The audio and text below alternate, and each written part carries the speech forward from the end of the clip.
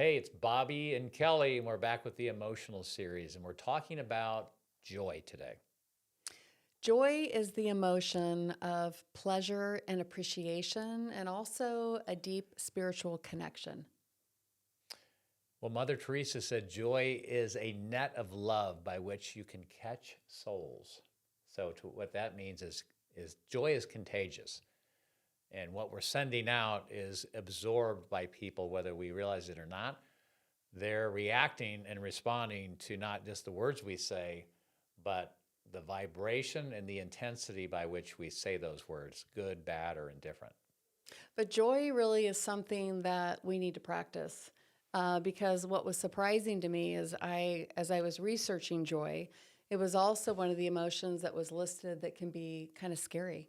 And it really caught my attention, so I really started diving deeper into that.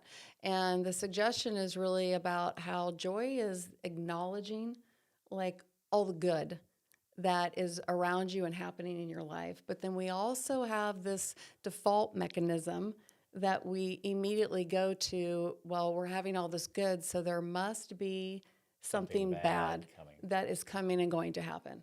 And then we go to almost a state of worry, trying to prepare for that bad thing. But, I really sat with that for quite a while, and I thought of our own personal experience with the unthinkable and tragedy, and there's really no way to prepare for it. So I believe that worry is such a waste of our energy. Then what is the emotion that underlies worry? Fear. Fear. And what's interesting with joy is, so how do you move from fear to joy? You really do it from focusing instead of fear on gratitude. And gratitude is what really invites the joy into our lives. And the other way you do it is just by questions. Questions, I think it was Tony Robbins said, questions are our power.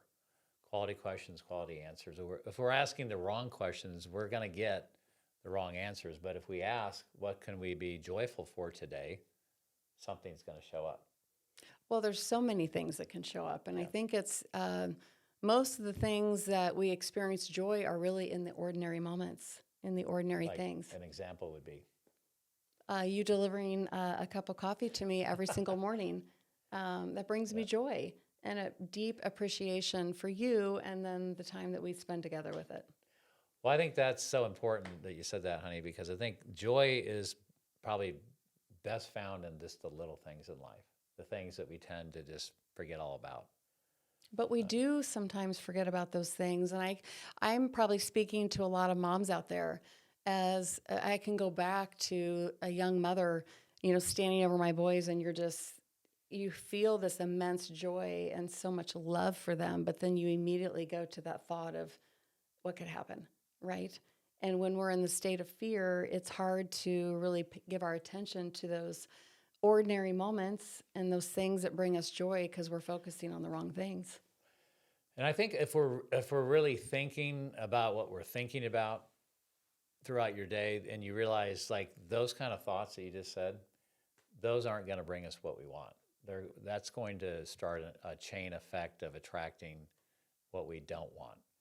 And so that's why I think questions are so important. Well, I think it also, when we're not directing our thoughts, we're leaving that to our imagination, and it's To taking run us, wild. yeah, in a place that we really don't want to go. It's a Um, really good point because the imagination, unchecked, can take us down roads that we don't. We're imagining things that in reality they don't even exist. We're just making them up in our imagination, but and they then seem they so seem real. real Yeah. because of the time that we're spending with them. And then it's not just the thought that seems real. We actually feel that in our bodies. This is happening and it's real. And so that's what we go back to, all the energy and time and focus that we're giving to that. So it takes no more energy to ask the right questions. Like, and again, this is a basic one.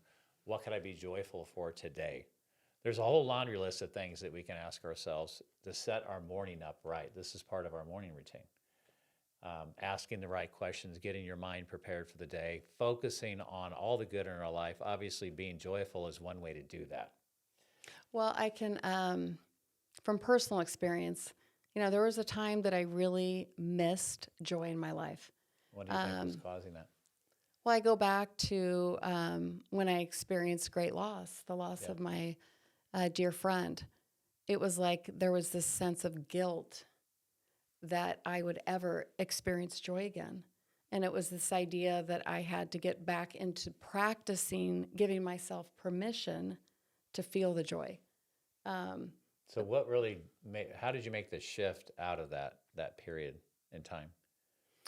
I just really just made a decision one day that I don't want to be sad all the time.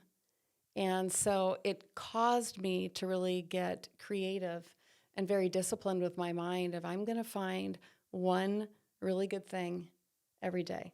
And then it would move to the second and the third but it was really starting to pay attention to those things that were right in front of me. And I just say that I really, when I go back to that time, I really missed experience joy. It's such an important emotion for all of us. And let's not forget, one of the ways that we can experience more joy is just simply give it. Like when you're giving something, you're going to receive it back. And if we can find out and look for ways throughout our day just to give a little nugget of joy to someone else, we're going to automatically feel the joy back. And So when you're around those people that are giving joy, it is contagious. You yeah, just gravitate and you want to be in their energy. And it causes you to start thinking like, I want to be like that. So yeah.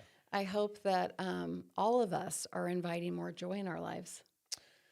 So let's make a conscious decision that starting today, we're going to look for the good and find ways to give joy to people. We're going to expect to feel that joy, and we're going to appreciate the emotion of joy more on a regular basis. Try that. See how things start working in your life. You're going to enjoy the results. We'll see you next time for Kelly and Bob on the Emotional Series.